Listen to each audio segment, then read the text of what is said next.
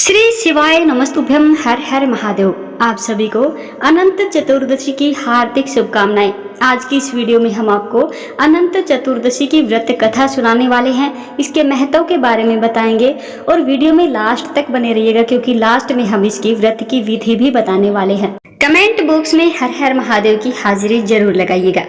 हिंदू धर्म में एक महत्वपूर्ण व्रत है जिसे भाद्रपद मास के शुक्ल पक्ष की चतुर्दशी तिथि को मनाया जाता है।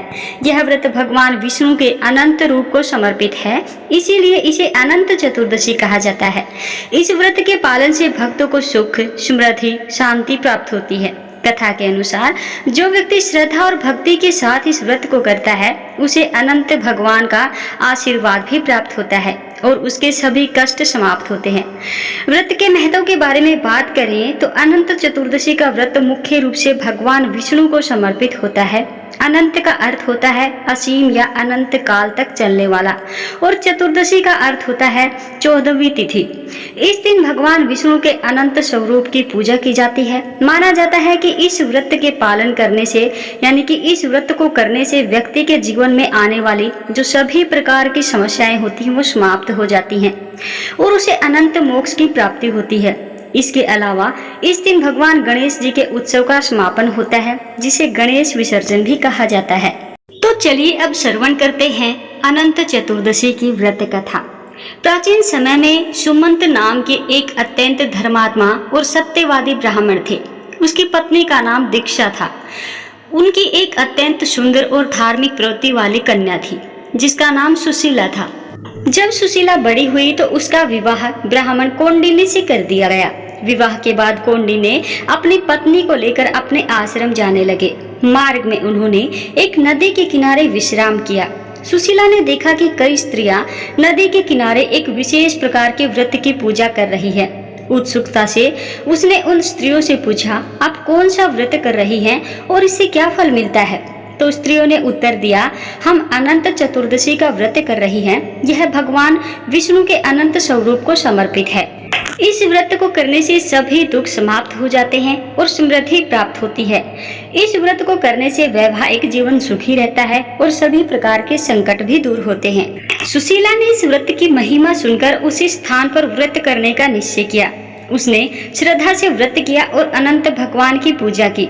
पूजा के पश्चात उसने अनंत सूत्र धागा अपने हाथ में बांध लिया।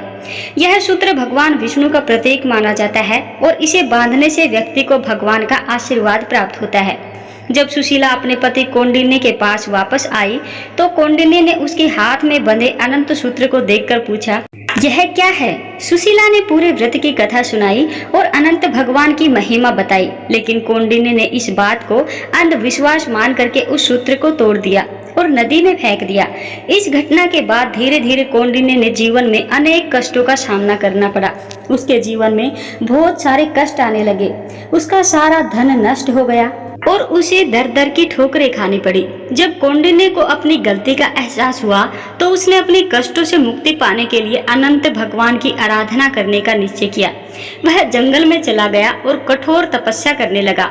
उसकी तपस्या से प्रसन्न होकर के भगवान विष्णु ने उसे दर्शन दिए और कहा, तुमने अनंत सूत्र का अनादर किया था, इसीलिए तुम्हें इन कष्टों का सामना करना पड़ रहा है। इसीलिए तुम्हारे जीवन में इतने सारे कष्ट आए हैं। अब यदि तुम पुनः श्रद्धा और भक्ति के साथ अनंत चतुर्दशी का व्रत करोगे तो तुम्हारे सभी कष्ट समाप्त हो जाएंगे। कौंडिन्य ने भगवान विष्णु की बात मान करके अनंत चतुर्दशी का व्रत किया और अनंत सूत्र को धारण किया। इसके पश्चात उसके जीवन के सभी कष्ट समाप्त हो गए और उसे पुनः सुख समृद्धि प्राप्त हुई। इस प्रकार अनंत चतुर्दशी का व्रत करने से व्यक्ति को भगवान विष्णु का आशीर्वाद प्राप्त होता है और जीवन के सभी कष्टों से मुक्ति मिलती है। चलिए अब आपको बताते हैं अनंत चतुर्दशी के व्रत की विधि। तो अनंत चतुर्दशी के दिन प्रातः काल स्नान आदि से शुद्ध होकर के व्रती को भगवान विष्णु के अनंत रूप की पूजा करनी चाहिए। पूजा के लिए एक लकड़ी की चौकी पर कलश स्थापित करें और उस भगवान विष्णु की उसके ऊपर प्रतिमा स्थापित करें या चित्र रखें। भगवान की प्रतिमा के सामने एक अनंत सूत्र यानी कच्चे धागे में 14 गांठ लगा करके रखें। यह सूत्र भगवान विष्णु का अनंत भगवान का प्रतीक होता है। पूजा करते समय भगवान विष्णु की कथा सुने और उनकी आराधना करें। पूजा के बाद अनंत सूत्र को पुरुष दाएं हाथ में और स्त्रियां बाएं हाथ में बांधे। इस व्रत को करने वाले व्यक्ति को पूरे दिन निराहार रहना चाहिए और अगले दिन व्रत का पारण करना चाहिए। इस व्रत को हर वर्ष करने का संकल्प ले ताकि भगवान विष्णु की कृपा बनी रहे और जीवन में सुख समृद्धि प्राप्त हो। तो दोस्तों, उम्मीद करते हैं आपको हमारे द्वारा दी गई व्रत विधि की जानकारी अच्छे से समझ आई होगी। वीडियो को लाइक करें, शेयर करें, कमेंट बॉक्स में जय श्री हरि की हाजिरी जरूर लगाते जाएं।